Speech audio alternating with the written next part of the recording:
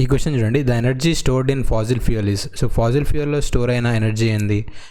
Faasil fuel అంటే బేసిక్గా ఏంటి? పెట్రోలియం ఇవన్నీ.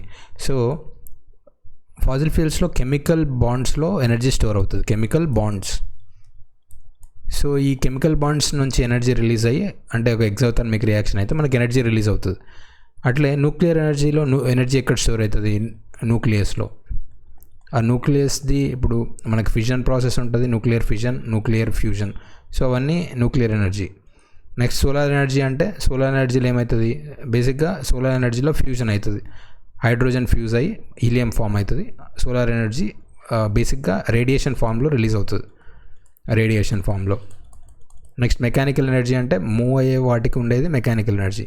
సో కెమికల్ ఎనర్జీ అనేది మన answer. The energy stored in fossil fuel ఏంటంటే బేసిక్గా కెమికల్ ఎనర్జీ. ఆ కెమికల్ ఎనర్జీ కెమికల్ బాండ్స్లో ఉంటుంది. సో మన ఆన్సర్ ఆప్షన్ డి అనమాట. Thank you.